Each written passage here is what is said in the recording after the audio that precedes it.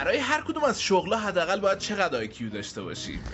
با شغلایی که حداقل آیکیو 90 میخوان شروع میکنیم. کارگر، نگهبان، راننده تاکسی، ناخونکار، سرایدار، نظافتچی و مربی کودک. شغلایی که حداقل آیکیو 95 میخوان: فروشنده، آبدارچی، گارسون، بازیگر، کشاورز، آرایشگر. شغلایی که آیکیو 100 میخوان حداقل: افسر پلیس، طراح مد، تولید کننده محتوا، مکانیک، کارمند اداری، معلم، آشپز و خواننده. شغلایی که آیکیو 105 میخوان: روانشناس، مترجم زبان، پرستار، مهندس برق، مشاور فروش، طراح گرافیک، حسابدار، عکاس و کارگردان. شغلایی که آیکیو 110 میخوان: معمار، وکیل، مهندس عمران، نویسنده، مدیر اجرایی شرکت، مشاور مالی، طراح وب و مشاور بهداشت. شغلایی که آیکیو 115 میخوان: طراح داخلی، تحلیلگر داده، سئو کار، مهندس نرم افزار، پژوهشگر، مدیر تولید و داروساز. شغلایی که آیکیو 120 میخوان: پزشک عمومی، فیزیکدان، مشاور حقوقی، قاضی، استراتژیست اقتصادی، متخصص ژنتیک و دندون پزشک. آیکیو 125: پزشک متخصص، نورولوژیست، مهندس هوافضا، متخصص شبیه سازی، تحلیلگر امنیت سایبری، محقق و قاضی دادگاه عالی و تجدید نظر. و اما شغلایی که بیشترین آیکیو رو لازم دارن: دانشمند، استاد فیزیک هسته‌ای، مدیر پروژه فضایی، جراح مغز و اعصاب، ریاضیدان نظری، متخصص بیوتکنولوژی و تحلیلگر هوش مصنوعی.